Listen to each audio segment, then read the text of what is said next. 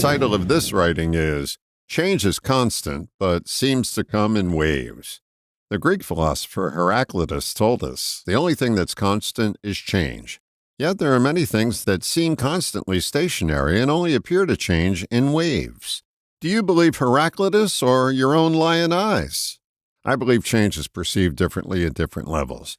My best guess is at the subatomic level, meaning out of our awareness, that change is constant. On the conscious level, change seems cyclical. For example, we're changing every day, but unless we look at photographs from 5 or 10 years ago, we may not notice the ongoing physical change. And when we experience that photo album, it seems as if that change happened at a point. That easily explains our dual perception of change. But many of the changes we experience are not visibly perceptible. They are changes we feel. These feeling changes are going on at all times too, but until they build to a critical mass, most of us don't perceive them. We're out of touch with our feeling sense and don't notice the sensations of change until they build up and knock us for a loop. It's like the old analogy of the lobster in a pot of cold water on a stove.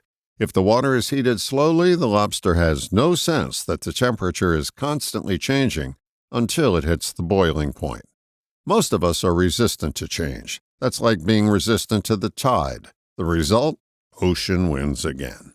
You know what that means? That means if we ignore our feelings and pretend they aren't changing, we'll get to a point where they crest and forcefully knock us over.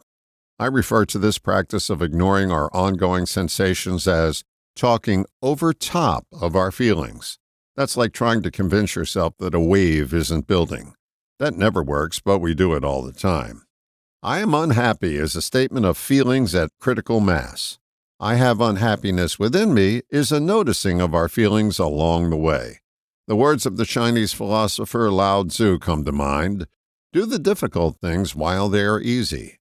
There will be things that unexpectedly happen to you that you can do nothing to prevent. But if you plumb your feelings on an ongoing basis, full-blown, out-of-the-blue blues will happen less, because you'll sense and address your feelings before they turn into a big mess. All the best, John.